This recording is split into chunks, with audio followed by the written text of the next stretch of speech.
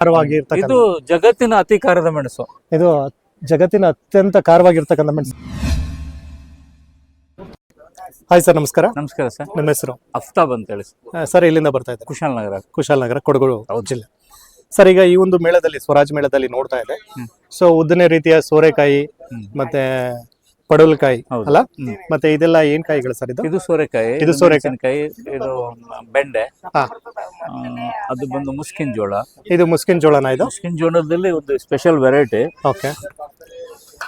ಅಂದ್ರೆ ಈಗ ಕಲರ್, ಈಗ ಪರ್ಪಲ್ ಇಲ್ಲಿ ನೋಡಿ ನಿಮ್ಗೆ ಕಾಣ್ತದೆ, ಇದು ಮುಸ್ಕಿಲ್ ಜೋಳದ ಬೀಜ, ನಾರ್ಮಲ್ ಬೀಜ. ಇದು ಬೀಜ ಅದು. ಇಲ್ಲಿ ನೋಡಿ, ಗುಲ್ಗಂಜಿ ಬೀಜನ 4 ಭಾಗ ಮಾಡಿದ್ರೆ ಅದ್ರದ್ದು ಒಂದು ಭಾಗದ್ದು ಬೀಜ ಇದು. ಇದು ಬಂದ್ಬಿಟ್ಟು ಒಂದ್ ಸ್ವಲ್ಪ ಯೂಶಲಿ ಸ್ವಲ್ಪ ದೊಡ್ಡದಾಗಿರುತ್ತೆ ಅಲ್ಲ, ಇಲ್ಲಿ ಇದೆ ನೋಡಿ, ಅದಕ್ಕೆ ಗಾತ್ರ ಸಪರೇಟ್ ಆಗಿ ಇಟ್ಟಿದ್ರೆ ಈಗ ಡಿಫ್ರೆನ್ಸ್ ಗೊತ್ತಾಗ್ಲಿ ಅಂತ. ಇದು ಬೀನ್ಸ್. ಇದು ಜಗತ್ತಿನ ಬೇರೆ ಜಗತ್ತಿನ ತೋರಿಸ್ತೀರಾ ನನಗೆ ಕೈಲಿ? ಸೊ ಇದು ಬಂದ್ಬಿಟ್ಟು ಡಿಫ್ರೆಂಟ್ ವೆರೈಟಿ. ಅಂದ್ರೆ ಎಲ್ಲ ಜಗತ್ತಿಂದ ನಾನು ಕಲೆಕ್ಟ್ ಮಾಡ್ತಿದ್ದೀನಿ. 1000 ತಳಿ ಇದೆ ನನ್ನ ಹತ್ರ. 1000 ತಳಿ ಬೀನ್ಸ್? ಈಗ ಬೀನ್ಸ್ ಅಲ್ಲ, ಎಲ್ಲ ವೆಜಿಟೇಬಲ್ ಗಳಲ್ಲಿ 1000 ತಳಿ ಇದೆ. ಅಂದ್ರೆ 1000 ತಳಿಯ ಒಂದು ತರಕಾರಿ ಬೀಜಗಳು ನಿಮ್ಮಲ್ಲಿ ಸಂಗ್ರಹ ಮಾಡಿ ಇಟ್ಕೊಂಡಿದ್ದಾರೆ. 275 ಬದನೆಕಾಯಿ ಇದೆ. 275 ಬದನೆಕಾಯಿ ಇದೆ. ಸೊ ಈ ಒಂದು ಮೇಳದಲ್ಲಿ ಈ ತರ ಎಲ್ಲ ವಿಶಿಷ್ಟವಾದಂತಹ ಬೀಜಗಳನ್ನ ತೆಗೆದುಕೊಂಡು ಬಂದ್ಬಿಟ್ಟು ನೀವೆಲ್ಲ ಡಿಸ್ಪ್ಲೇ ಇಟ್ಟಿದ್ದೀರಾ. ಸೊ ಜನಗಳ ರೆಸ್ಪಾನ್ಸ್ ಎಲ್ಲ ಯಾವ ತರ ಇದೆ ಸರ್? ಇಲ್ಲಿ ಚೆನ್ನಾಗಿದೆ ಸರ್. ಚೆನ್ನಾಗಿದೆಯಾ? ಸೊ ಹಾಗೆ ನಾನು ಒಂದಷ್ಟು ಟೊಮೊಟೊ ಕೂಡ ನೋಡ್ತಾ ಇದ್ದೆ. ಇದೆಲ್ಲ ನಿಮ್ಮ ಒಂದು ಬೆಳೆದಿರೋದು? ನೀವೇ ಖಾಲಿ ಆಗಿದೆ, ಈಗೆಲ್ಲ ಖಾಲಿ ಆಗಿದೆ. ಬಟ್ ಈ ತರ ಎಲ್ಲ ನೀವು ಡಿಫ್ರೆಂಟ್ 150 ಟೊಮೆಟೊ ಇದೆ ನಿಮ್ಮ ಹತ್ರ. 150 ತಳಿಯ ಒಂದು ಟೊಮೊಟೊ ಇದೆ. ಸೊ ಈಗ ನಾನು ನೋಡ್ತಾ ಇದ್ದೆ. ಹಾಗೆ ನಾನು ಇಲ್ಲಿ ನೋಡ್ತಾ ಇದ್ದೆ, ಒಂದು ಮೆಣಸಿನಕಾಯಿ ಬಂದ್ಬಿಟ್ಟು ಸ್ವಲ್ಪ ಉದ್ದವಾಗಿದೆ. ಇದು ಭಾರತದ್ದು.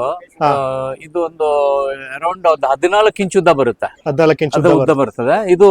ಇದರ ಮಾರಾಟ ಬೆಲೆ 2200 ರೂಪಾಯಿ ಕೆಜಿಗೆ. ಭಾರತದಲ್ಲಿ ಅತಿ ಹೆಚ್ಚು ಬೆಲೆಗೆ ಮಾರಾಟ ಹೋಗುವಂತ ತಳಿ ಇದು. ಕೊಲ್ಲಾಪುರದಲ್ಲಿ ಕೆಲವು ರೈತರು ಮಾರಾಟ ಮಾಡ್ತಾರೆ. ಫೆಬ್ರವರಿ ತಿಂಗಳಲ್ಲಿ ಸ್ಟಾರ್ಟ್ ಆಗಿ ಒಂದು ಮಾರ್ಚ್ ಏಪ್ರಿಲ್ ತಿಂಗಳು ಸ್ಟಾರ್ಟಿಂಗ್ ಅಲ್ಲಿ ಮುಗ್ದೋಗುತ್ತೆ. ಮತ್ತೆ ಒಂದು ಏನು ಸರ್ ಅದ್ರದ್ದು?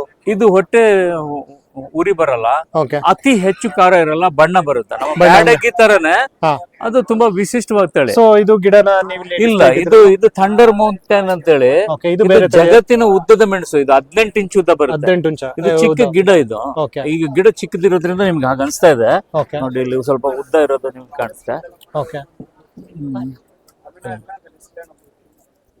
ಸೊ ಇದು ಬಂದ್ಬಿಟ್ಟು 18 ಇಂಚ್ ಹೆಚ್ಚು ಕಡಿಮೆ ಇಷ್ಟು ಬರುತ್ತೆ. ಈಗ ಸದ್ಯಕ್ಕೆ ಅದು ಚಿಕ್ಕದು ಅಲ್ಲ, ಗಿಡ ಪಾಪು ಇದು. ಚಿಕ್ಕ ಗಿಡ, ಅದಕ್ಕೆ ಅಷ್ಟು ಲೋಡ್ ತಕೊಂಡು ಬರ್ತಾ ಇಲ್ಲ ಅದು. ಗಿಡ ಎತ್ತರ ಬಂದಾಗ ಬರ್ತದೆ. ಸೊ ಈಗ ಸೋರೆಕಾಯಿಲು ಸಹ ಹಲವಾರು ರೀತಿಯ ಒಂದು ಸೋರೆಕಾಯಿಲು ಒಂದು 50 ತರದ್ದು ಇದೆ. 50 ತರ ಇದೆ. ಸೊ ಇದು ಬಂದ್ಬಿಟ್ಟು ಈಗ ನಾವು ಏನು ಇದು ಒಂದು ಚಿಕ್ಕ ಪುಂಗಿ ತರ, ಬಟ್ ಇದ್ರ ನೆಕ್ 2 ಅಡಿ ಉದ್ದದ್ದು. ಈ ನೆಕ್ಕೆ 2 ಅಡಿ ಉದ್ದದ್ದು ಇದೆ. ಸೊ ಇದನ್ನೆಲ್ಲ ನಾವು ಯೂಶಲಿ ಪುಂಗಿ ಅಂತ ಏನ್ ಹೇಳ್ತೀವಿ ಅಂದ್ರೆ ಇದೆಲ್ಲ ಆಹಾರ ತಿನ್ನಕ್ಕೆ ಬಳಸುವಂತದ್ದು. ಇಲ್ಲಿ ನಾನ್ ಈಟಬಲ್ ಯಾವ್ದು ಇಲ್ಲ ಕಲೆಕ್ಷನ್. ಸರ್ ಇದು ಬಂದ್ಬಿಟ್ಟು ಬೆಂಡೆಕಾಯಿನ? ಇದು ಬೆಂಡೆಕಾಯಿ ಕಾರ್ಕಳ ಹಾಲು ಬೆಂಡೆ ಅಂತ ಹೇಳ್ತಾರೆ. ಕಾರ್ಕಳ 20 ಇಂಚ್ ಉದ್ದ ಬರುತ್ತೆ. ಸೊ ಇದು ಬಂದ್ಬಿಟ್ಟು ತುಪ್ಪದ ಹೀರೆಕಾಯಿ. ಸೊ ಇದು ಬಂದ್ಬಿಟ್ಟು ಎಷ್ಟು ಉದ್ದ ಇದೆ ಸರ್? ಇದು 3/4 ಅಡಿ ಇದೆ. 3/4 ಅಡಿ. ಸೊ ಇದು ಬಂದ್ಬಿಟ್ಟು ಪಡವಲಕಾಯಿ. ಇದು ಪಡವಲಕಾಯಿ. ಇದು ಸಣ್ಣದ್ ಕುತ್ತಿದ್ದೇನೆ. ಇದು 4 ಅಡಿ ಬರುತ್ತೆ. ಸೊ ಈ ರೀತಿ ಇದು ಬಂದ್ಬಿಟ್ಟು ಸೋರೆಕಾಯಿ ಅಲ್ಲ? ಇದು ಸೋರೆಕಾಯಿ. ಇದು ಅಯೋಧ್ಯೆಯಿಂದ ಬಂದಿರೋ ತಳಿ. ಅಯೋಧ್ಯೆ ಅಂದ್ರೆ ನಾರ್ತ್ ಇಂಡಿಯಾದಿಂದ ಬಂದಿರತಕ್ಕಂಥದ್ದು. ಸೊ ಈಗ ನಾನು ಇಲ್ಲಿ ನೋಡ್ತಾ ಇದ್ದೆ ನಿಮ್ಮ ಒಂದು ಏನೋ ಒಂದು ಸ್ಟಾಲ್ ಅಲ್ಲಿ ಇದೊಂದು ಮೂಲಂಗಿ ಇದೆ. ಈ ಮೂಲಂಗಿಗೆ ಹಸಿರು ಎಲೆ, ಕೆಂಪು. ಈಗ ಮಾರ್ಕೆಟ್ ಅಲ್ಲಿ ಬಂದ್ಬಿಟ್ಟು ಮಾರ್ಕೆಟ್ ಅಲ್ಲಿ ಬರೋದು ಕೆಂಪು ಮೂಲಂಗಿ. ಹೊರಗಡೆ ಮಾತ್ರ ಕೆಂಪಿರುತ್ತೆ, ಒಳಗಡೆ ತಿರುಳು ಕೆಂಪಿರಲ್ಲ. ಇದು ಒಳಗಡೆನು ಕೆಂಪು, ಹೊರಗಡೆನು ಕೆಂಪು. ಕಂಪ್ಲೀಟ್ ಮೂಲಂಗಿನ ಕೆಂಪು. ಇದು ಬಂದ್ಬಿಟ್ಟು ಈ ತರದ್ದು ಮೂಲಂಗಿ ನಿಮ್ಮ ಹತ್ರ ಎಷ್ಟು ವೆರೈಟಿ ಇದೆ? 22 ಬಣ್ಣದಿದೆ. ಇದು ಬದನೆಕಾಯಿ ಅಲ್ವಾ? ಬದನೆಕಾಯಿ ಅಂದ್ರೆ ಇದು ಕೆಜಿ ಗುಳ್ಳ ಅಂತೇಳಿ. ಇದು ಸುಳ್ಯ ಮೂಲ ತಳಿ. ಅಂದ್ರೆ ಈಗ ಏನು ಕರಾವಳಿ ಭಾಗದಲ್ಲಿ ಇರುತ್ತೆ. ಸೊ ಈಗ ಇದು ಮೆಣಸಿನಕಾಯಿ ಬ್ರೆಜಿಲ್ ದೇಶದ್ದು. ಡಿಕಿನ್ಹೋ ವೆಲ್ಮೆಲ್ಹೋ ಅಂತೇಳಿ. ಇದು ಮೆಣಸು ಅಂದ್ರೆ ಮೆಣಸಿನಕಾಯಿ, ಚಿಲ್ಲಿ. Red chilli. ಇದು 3 ತರ ಖಾರ ಇರುತ್ತೆ ಸರ್? ಇದು ಖಾರ ಮೀಡಿಯಂ ಇರುತ್ತೆ. ಇದು ಕೆಂಪು, ಇನ್ನೊಂದು ವೈಟ್ ಕಲರ್ ಇದೆ, ಮತ್ತೆ ಒಂದು ಅರಿಶಿನ ಬಣ್ಣದ್ದು ಇದೆ. ಸೊ ಇದೆಲ್ಲ ಬಂದ್ಬಿಟ್ಟು ಒಂದೇ ಗಿಡದಲ್ಲಿ? ಇಲ್ಲ, ಬೇರೆ ಬೇರೆ. ಬೇರೆ. ಹಾಗೆ ಇಲ್ಲಿ ಇದು ಕಪ್ಪು ಮೆಣಸು. ಇದು ಮೆಣಸಿನಕಾಯಿ ಅಲ್ವಾ? ಇದು ಕಪ್ಪು ಮೆಣಸು ಸರ್. ಇದು ಖಾರವಾಗಿರುತ್ತೆ? ಖಾರ ಅಂದ್ರೆ ಇದೇನಾದ್ರೂ ಕಟ್ ಮಾಡಿ ಇದನ್ನ ಹೀಗೆ ಮುಟ್ಟಿದ್ರೆ ಏನೂ ಆಗಲ್ಲ.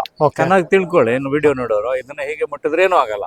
ಇದು ಚೂರು ಹೆಣ್ಮಕ್ಳು ಮನೆಯಲ್ಲಿ ಕಟ್ ಮಾಡಿದಾಗ ಅಥವಾ ಯಾರಾದ್ರೂ ಕಟ್ ಮಾಡಿದಾಗ ಇದು ಪಂಚರ್ ಆಗಿ ಇದ್ರೊಳಗಡೆ ನೀರು ಕೈಗೆ ಎಲ್ಲಾದ್ರೂ ತಾಗಿದ್ರೆ ನೀವು 100 ಸರಿ ಕೈ ಸೋಪ್ ಹಾಕಿ ತೊಳಗಿದ್ರು 4 ದಿನ ಎಲ್ಲಿ ಬಾಡಿ ಟಚ್ ಆಗ್ತದೆ ಅಲ್ಲೆಲ್ಲ ಉರಿಯುತ್ತೆ. ಅಂದ್ರೆ ಸ್ವಲ್ಪ ಹೇಳ್ಬೇಕು ಅಂತಂದ್ರೆ ತೀರಾ ಅತಿ ಖಾರವಾಗಿರ್ತದೆ. ಇದು ಜಗತ್ತಿನ ಅತಿ ಖಾರದ ಮೆಣಸು. ಇದು ಜಗತ್ತಿನ ಅತ್ಯಂತ ಖಾರವಾಗಿರ್ತಕ್ಕಂಥ ಮೆಣಸಿನಕಾಯಿ. ಭೂಜ್ಯಲೋಕಿ ಅಂತೇಳಿ ಓಕೆ ನೋಡಿ 8 ಅಡಿ ಹೋಗಿದೆ ಗಿಡ. ಓಕೆ. ಸೊ ನೀವು ಪಕ್ಕ ನಿಂತ್ಕೋತೀರಾ? ನೀವು ನೋಡಿ ಈಗ ನನಗೆ ನನ್ನ ಕೈ 7 ಅಡಿ ಓಕೆ 8 ಅಡಿ ಹೋಗಿದೆ. ಓಕೆ. ನೀವು ಇದು ಸಾವಯವದಲ್ಲಿ ಬೆಳೆದಿರೋದಕ್ಕೆ ಹೋಗಿರೋದು. ಓಕೆ. ಸಾವಯವದಲ್ಲಿ ಬೆಳೆದಿದ್ರು ಇಷ್ಟೊಂದು ಸಾವಯವದಲ್ಲಿ ಬೆಳೆದ್ರೆ ಮಾತ್ರ ಹೋಗುತ್ತೆ, ಕೆಮಿಕಲ್ 3 ಮೂಟೆ ಹಾಕಿದ್ರು ಹೋಗಲ್ಲ. ಓಕೆ. ಅಂದ್ರೆ ಆರ್ಗ್ಯಾನಿಕ್ ಆಗಿ ಬೆಳೆದ್ರೆ Organic ಬೆಳೆದ್ರೆ ಮಾತ್ರ ಬರುತ್ತೆ. ಓಕೆ. ಇದು ಜಗತ್ತಿನ ಅತ್ಯಂತ ಖಾರವಾದಂತ ಗಿನ್ನಿಸ್ ರೆಕಾರ್ಡ್ ಹೊಂದಿದೆ ಇದು. ಗಿನ್ನಿಸ್ ರೆಕಾರ್ಡ್ ಇದೆ. ಓಕೆ. ಈಗ ಮೆಣಸಿನಕಾಯಲ್ಲಿ ನಿಮ್ಮ ಹತ್ರ ಎಷ್ಟು ವೆರೈಟಿ ಮೆಣಸಿನಕಾಯಿ? ಈಗ ಒಂದು 150 ವೆರೈಟಿ ಸಂಗ್ರಹ. 150 ವೆರೈಟೀಸ್. ಸೊ ಈಗ ನಿಮ್ಮಲ್ಲಿ ಆಲ್ಮೋಸ್ಟ್ ಜಗತ್ತಿನಲ್ಲಿ ಇರ್ತಕ್ಕಂಥ ಏನು ಬೀನ್ಸ್ ಅಂತ ಹೇಳಿದ್ರೆ ಎಲ್ಲಾ ತಳಿಗಳು ನಾವು ಏನು ಆಹಾರ ತಿಂತಾ ಇದ್ದೇವೆ ವೆಜಿಟೇಬಲ್ಸ್ ಹಾ. ಅದ್ರ ಮೇಲೆ ನಮಗೆ ಸಾಕಷ್ಟು ತಳಿಗಳು ಸಾಕಷ್ಟು ತಳಿಗಳನ್ನ ನೀವು ಸಂಗ್ರಹ ಮಾಡ್ಕೊಂಡಿದ್ದೀವಿ. ಸೊ ಈಗ ನಮ್ಗೆ ಏನಾದ್ರು ಬೀಜಗಳು ಬೇಕು ಅಂತಂದ್ರೆ ನಾವು ಆನ್ಲೈನ್ ಮುಖಾಂತರ ಕಳ್ಸಿಕೊಡ್ತೀವಿ. ಇಲ್ಲಿ ಮೈಸೂರು ಅನ್ಬೇಕಾದ್ರೆ ನಾವು ಡೈರೆಕ್ಟ್ ಲೈವ್ ಪ್ಲಾಂಟ್ಸ್ ತಂದಿದೀವಿ. ಓಕೆ. ಬೇರೆ ಮಳೆಗಳಲ್ಲಿ ಲೈವ್ ತಗೊಂಡು ಹೋಗಲ್ಲ. ಓಕೆ. ಬರೀ ಸೀಡ್ಸ್ ಮಾತ್ರ ಡಿಸ್ಪ್ಲೇ ಮಾಡ್ತಾರೆ. ನಾರ್ಮಲಿ ಎಲ್ಲ ನಿಮಗೆ ಆನ್ಲೈನ್ ಮುಖಾಂತರನೇ. ಸೊ ಹಾಗೆ ನಿಮ್ಮ ಹಿಂದ್ಗಡೆ ಇರ್ತಕ್ಕಂಥ ಬ್ಯಾನರ್ ಅಲ್ಲಿ ಒಂದು ಪರಂಗಿ ಹಣ್ಣನ್ನು ಕೂಡ ನಾನು ನೋಡ್ತಾ ಇದ್ದೆ. ಓಕೆ. ಅದು ಥೈಲ್ಯಾಂಡ್ ದೇಶದ್ದು. ಓಕೆ. ಈಗ ನಾನು ಪಪ್ಪಾಯ ಮಾರಾಟ ಮಾಡ್ತಾ ಇಲ್ಲ, ಜರ್ಮಿನೇಷನ್ ಇಶ್ಯೂ ತುಂಬಾ ಇದೆ. ಓಕೆ. ಮೊಳಕೆ ಬರ್ದಿದ್ರೆ ನಾನು ಯಾವ ಗಿಡಗಳು ಯಾವ ಬೀಜ ಮಾರಾಟ ಮಾಡಲ್ಲ. ಸೊ ಮತ್ತೆ ಅದ್ರ ಜೊತೆಗೆ ಈ ಪಡವಲಕಾಯಿ ಪಡವಲಕಾಯಿಯಲ್ಲೂ ತುಂಬಾ ತಳಿಗಳಿದೆ. 9 ಅಡಿ ಉದ್ದದ ಪಡವಲಕಾಯಿ ಇದೆ, ಮತ್ತೆ ಇಷ್ಟ 2 ಇಂಚ್ ಉದ್ದದ ಪಡವಲಕಾಯಿನೂ ನನ್ನ ಹತ್ರ ಇದೆ. ಓಕೆ. 2 ಇಂಚ್ ಉದ್ದ. ಕೇಸ್ ಏನಾದ್ರು ನಾವು ಬಂದ್ರೆ ಫಾರ್ಮ್ ವಿಸಿಟ್ ಮಾಡಬಹುದಾ? ನೋಡಬಹುದು ಸರ್, ಖಂಡಿತ. ಓಕೆ. ತಮ್ಮ ಫಾರ್ಮ್ ಎಲ್ಲಿ ಬರುತ್ತೆ? ನಮ್ಮ ಫಾರ್ಮ್ ಈಗ ಫಾರ್ಮ್ ಅಂತ ಹೇಳಿ ಮಾಡಿಲ್ಲ, ಅದೇ 2 ವರ್ಷದಿಂದ ಇತ್ತು ಫಾರ್ಮ್. ಓಕೆ. ತುಂಬಾ ಜನ ಒಂದು 2,500 ಜನದಷ್ಟು ಬಂದು ನೋಡಿದ್ದಾರೆ. ಓಕೆ. ಈಗ ಮನೆ ಹಿತ್ತಲಲ್ಲೇ ಅಂದ್ರೆ ನಿಮ್ಮ ಮನೆ ಸುತ್ತಮುತ್ತ ನೀವು ಬೆಳ್ಕೊಂಡಿದ್ದೀರಾ? ಬೀಜಗಳನ್ನೆಲ್ಲ ಫ್ರಿಜ್ ಅಲ್ಲಿ ಇಟ್ಕೊಂಡಿರ್ತೇನೆ. ಓಕೆ. ಮತ್ತೆ ಆ ತಳಿ ಮುಗಿದ್ಮೇಲೆ ಮತ್ತೆ ಬೆಳೆಸ್ಕೊಳ್ತೀನಿ. ಈಗ ನಾರ್ಮಲ್ ಆಗಿ ಫ್ರಿಜ್ ಅಲ್ಲಿ ಇಡೋದ್ರಿಂದ ಓಕೆ. ನಮಗೆ ಬೆಳೆಸುವಂತ ಪರಿಸ್ಥಿತಿ ಇರೋಲ್ಲ. ಓಕೆ. ಒಂದ್ ಸರಿ ಕಲೆಕ್ಷನ್ ಮಾಡ್ಕೊಂಡ್ರೆ ಮತ್ತೆ ಮುಂದೆ ಅದನ್ನ ಫ್ರಿಜ್ ಅಲ್ಲಿ ಇಟ್ಕೊಳ್ತೀವಿ. Okay. ನೆಕ್ಸ್ಟ್ ಬೇರೆ ಹೊಸ ತಳಿಗಳನ್ನ ಬೆಳೆಸ್ಕೊಳ್ತೀವಿ. ಓಕೆ. ತಮ್ಮ ಕಾಂಟ್ಯಾಕ್ಟ್ ನಂಬರ್ ಹೇಳ್ತೀರಾ ಸರ್? 876 222 1001. ಓಕೆ. Thank you.